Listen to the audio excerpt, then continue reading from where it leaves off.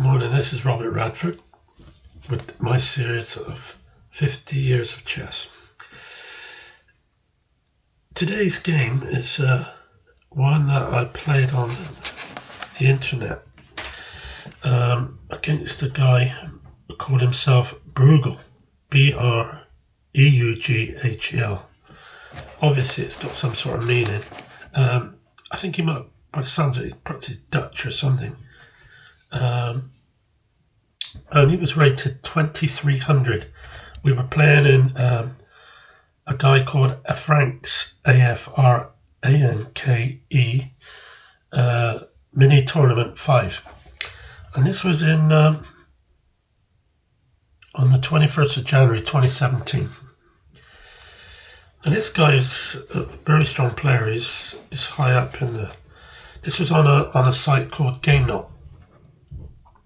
And I believe it was, but he's a good player. I looked him up. He's still got a good rating now. He's quite young, I think, maybe old, I don't know. But anyway, I'm going to show you this game. I was white, and I opened D4, and then we're going into Petrov. He takes. I didn't play my pet line C3 because I thought this guy's too good for that. He's not going to fall for that, so I played the standard opening. There we go. And usually C4 is the right way to go. Bishop E2, and then kick the knight. And then he took. And at this stage, we're at +2. 0-2 for me. So it's about where you start off, I think, with white. Knight C3, pawn takes, castles, and queen D3. Still got the plus 0.1 here now, slightly improved on my stockfish assessment. Now we're evens. Bishop D6, so off comes the bishop, and instead of taking pawn takes, queen takes, he decided he wanted to hit my queen here with a intermezzo move, and stockfish is pointing to B5 with my queen, but I played back to D2 because I want to keep an eye on my bishop, which is hanging. Otherwise, a queen takes bishop. Then I went out with the knight 5. I thought this was a good idea because I don't want him building up too soon with his rooks. He could easily play rook E7 and then rook across D8. No, I don't want that. So he went back to G6, best square. And I played bishop D3 to try and put my bishop on a better square and trade off. But he come out with this flashy move, knight E5 sort of thing. These 2300 players play against you, and you think, what?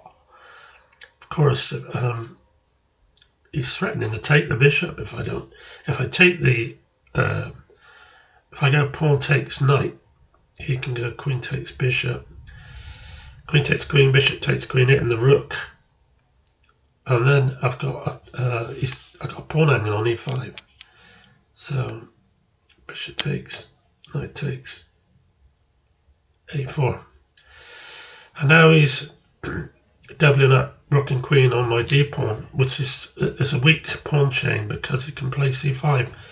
So I move away from there with my queen onto a2 with a threat on f2. It's nothing more than a threat because he's going to do something about that, which he did. f6 hitting my knight, so I go back. And now he plays the knight into f4. That's a strong square to put your knight because he's anywhere near your king. It's always dangerous. And we have to try and do something about this, but it's very hard. Plays a g6, threatening mate. I've got no choice. G3. Now, Stockfish says he should have played knight h3 check. Well, he played knight e2. So I went king g2. And he repeated the move. And I'm thinking maybe he's happy to take a draw here. But I wasn't. we're playing to the death. I want to beat 2300, so I don't want to draw with it. So I went king back to h8. No, he went knight d4, 5. I don't know if you noticed, if we go back one move, he could have gone queen into e4. That's really interesting. I never saw it before. But after I play g takes knight on f4, and he plays queen takes f3, check, takes a knight, and then I go king g1. If he takes an uplift, one of the rooks, I'm in a lot of trouble. So, but he didn't. He didn't want to lose his knight. He obviously likes playing with knights. And he went back to d5, and I brought my rook across to e1, so that rook lift cannot happen. Should he do that again at any time? c6, queen back to 3, attacking the pawn on b7, and he went b6. I now kick the knight, because if you ever get a knight with an outpost in the centre, you must try and get rid of those pieces off of there. You don't allow them to stay there because they turn into monsters. So he went back to f6, and I'm the one now who has an outpost on e5 at this time. So I've restricted his knight movement. He can no longer go back to the g file, and he can't go on d5 either. So I've got a good situation here. But I have got a pawn hanging on d4. But I played king g2 because I had to do this if it means letting him win the pawn. Because otherwise I leave so many gaps and holes around my... So I'm prepared to let him have that pawn, because I can take c5 and get c6. I can take c6, get my pawn back with an attack on his rook on d4. He went knight h5. Surprised about that, but I don't know why he did it. I will say one thing, mind you. This game was... we were playing a time control of 3 minutes plus 5-second increment. So this is really fast play. We're not playing slowly, we're playing fast. It's a lightning game, or a blitz game. And so you have to allow, if mistakes come in, like him going not going queen e4.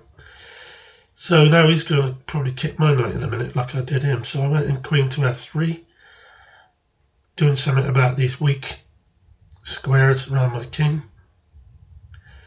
And he decided to go back, even though I've got a knight and bishop attacking the c6 square. So I took it. Then he went to g4. So that's why he went back to f3, f6 to g5. So he can now attack. But at this point, Stockfish has given me a +5-0 to me. And it's game over, basically. He's a pawn down, but more than that, he's now got a knight. And the exchange to worry about with knight takes rook. So, knight, I played, tried to mate, I played pawn h5. He then swapped off a rook quickly, and then realised it's hopeless.